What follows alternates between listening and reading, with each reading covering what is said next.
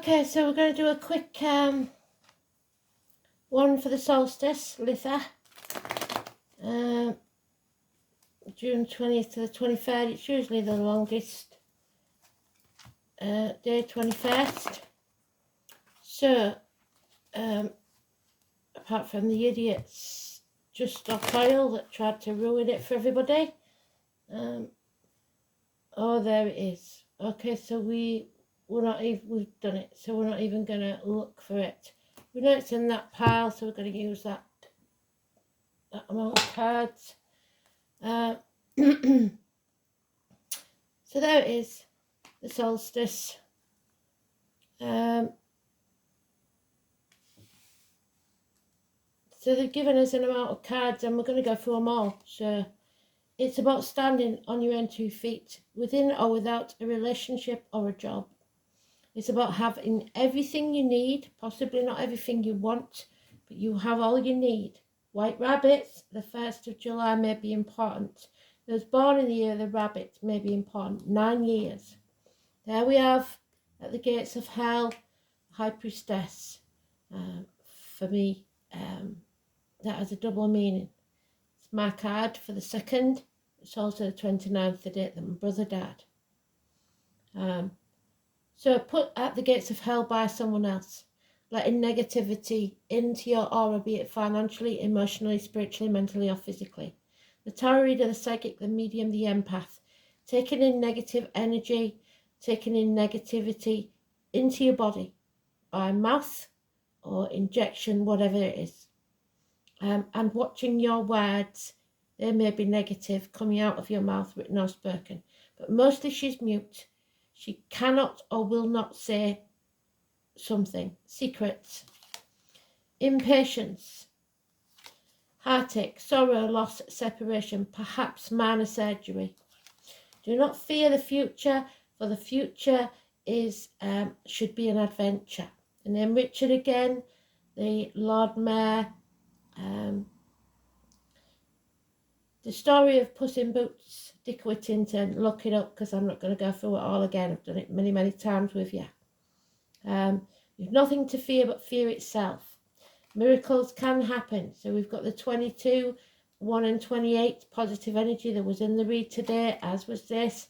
28 and 26, unfinished business. Leo, Gemini. Something or someone new entering your life. It can be someone that wears many hats, so many things to many different people. It could be medical issues. It could be mental stability. Your thoughts and words are spells. If it's someone new entering your life, it will be somebody that works with blades, discs, cups or wood. Anything from a surgeon to a hairdresser, a joiner to a lumberjack. You get the picture. Also gardeners. The rose, the name rose, the honeysuckle and the passion flower. Power struggles which you will win because you are able to open people up or shut them up at will. This is courage, this is backbone, this is miracles, this is new adventures. But you have unfinished business, Sagittarius moon. This Sagittarius moon needs to end something. We get the full moon tomorrow. I don't think it's in Sagittarius, can't remember what it's in. But that will move us forward. Love yourself first, unconditionally. That doesn't mean that the ego gets involved. It just means unconditional love for you and others. Doesn't mean romantic love necessarily, and it could be a water sign child. We did have the death card. There will be a betrayal or a pattern, or there has been. What doesn't kill you makes you stronger. And it needed to end. We have 2 10s next to each other. Oh, sorry, no, that's a 9. We have a homecoming. Someone who has been wounded, either emotionally or physically, coming home to who they truly are. Home is not a home without a fire in the hearth, food on the table, and a welcome at the door. Someone isn't taking action to bring this to an end, and they should. They're overthinking things. 8 weeks. There is obviously some bickering, people making mountains out of molehills. Do not back down in an argument. In the next 8 days, there will be unpleasant news or actions of others that needs to be addressed. It comes out of the blue. Then we have the tall, handsome stranger, the gypsy card, for that coming out. It is someone is taking action. Now we have a fire sign child or immature fire sign energy. It is you making the right choice for you, the Gemini energy again, hands, arms, shoulders, siblings, Adam, Eve, Lily, the snake, the Garden of Eden. 6 or 24, massively important, positive energy. Some will feel like they have failed, or someone will fail in this battle because you are more than capable. You have good friends or generous ones, someone in uniform, the lemon lady, she was mentioned today in the read, the lemons. You give her lemons, she will make lemonade. She is homely. She is an abundant giver. She may have many children. It's Taurus energy, the neck and the throat, good friends and generous ones. You may be given a gift of a new opportunity. Take it with both hands and nurture it. It will grow. Within a year it will pay off. A seed, you are creating something. A doorway. The 1111 doorway. A new home perhaps. A celebration. A wedding. The answer is no to this negativity. Do not let it happen. There may have been a failed pregnancy for some, and if so, I'm very sorry. But that's because she was with the wrong team and the foundations weren't strong enough. So now you're sitting on the fence, not asking for help, trying to do everything by yourself, and that's not going to work. You must make a decision. Don't be in denial. Don't be protecting others. Don't wait till you show your facts. Fill your own cup because it's needed. Love yourself unconditionally. Rise like the lotus flower from the muck of the swamp. Happiness. Spirit giving you 3 gifts now. One of them is that you're not taking action now on. The other could be financial and business or a proposal. And this one is unconditional love for you or others. And finally, the one that was in today's that we don't like, we are breaking the shackles, we are freeing ourselves, we are no longer going to be used. Because again, the lotus flower is there. We are rising from the muck of the swamp. Persephone, the daughter, is finally going to be released from this marriage where she was kidnapped and taken to hell. So again, the kidnapped victims maybe. So what we want is 2 clarifiers. I'm not going to go too far into this because I've got the new moon one tomorrow and it's saying the same story, so obviously there's nothing much to tell you at the minute.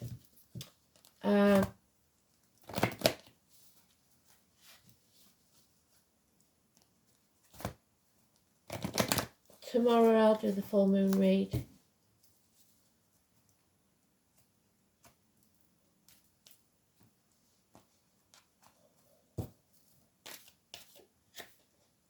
Gaia's Garden, the mother energy, the number 18. The 18 was in today's read as well. So you are not tending to your garden. That is the Garden of Eden that we was given. And obviously because of Eve's betrayal, which is there, we lost it. But we wouldn't be where we are now if she hadn't made that choice. It was the right one for her. So Gaia's Garden, our challenge, number 18. When Gaia appears as your challenger, she gently points out that you've forgotten to give back to this world, or perhaps you've become lazy, not wanting to take action, expecting that fruit to fall from the trees. So we had, I wanted to put Newton in the Astral DJ today, so I believe that the name Newton as a surname maybe could be very important. Expecting fruit to fall from the trees while you rest below its leaves. So the apples, which is Gemini, Cancer, Cuspa. Gardens require tending, water, food for the soil. Everything you have within you is needed in this world. So do not underestimate the power of what you have to offer. Like I said, you are very courageous.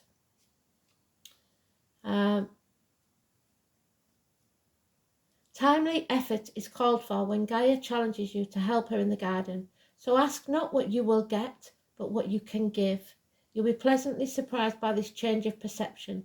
Be careful not to put things off until tomorrow, procrastinating to make the steps now, take the adventure, or the window of your current opportunity will be missed.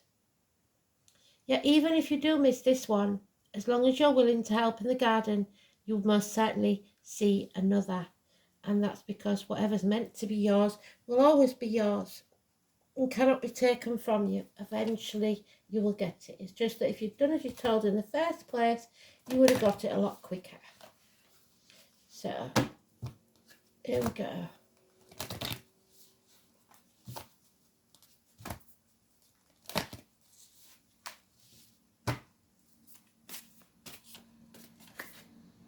Here is the leap of faith. So this is Peter Pan and Wendy.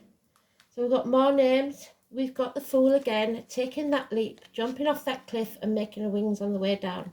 The thing about Wendy was she was a bit nervous.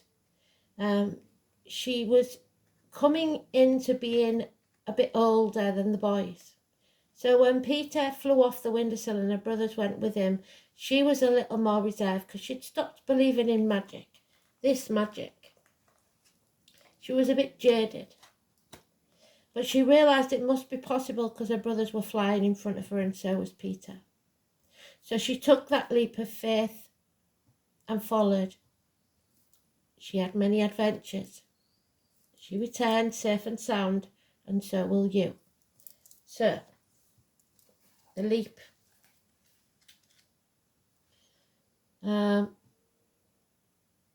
You will always live in regret if you do not take that leap of faith. Number 72. You go first. The universe will catch you. Life bends for the courageous. The universe wants to support you, but first you need to take that leap, to throw your life up in the air. Perhaps you know what you're being called to leap towards or away from, but are scared to make that move. Or maybe perhaps you're waiting for a big fat sign or instruction manual or permission to do so first. If so, this is for you. This is your sign. This is your permission to take a deep breath and leap into the unknown. Yes, it's scary to let go of all we've ever known in the hope of something new, and it's normal to feel anxious at the thought of letting go of what we know for sure. But this is the unavoidable process of rising, and right now, this is how we are being called to live. Nature is constantly showing us how to live with courage. Fall comes every year and encourages the trees to loosen their grip, to allow what once was so full of life to fall away, leaf by leaf, and for a moment it feels like nothing will ever grow again. The branches are left bare without the comfort of what once was, but in the morn of spring, new shoots begin and appear, and something new is born that is even more glorious than before. You go first, take a good run up and leap. Beautiful energy. Thanks for listening. Speak soon.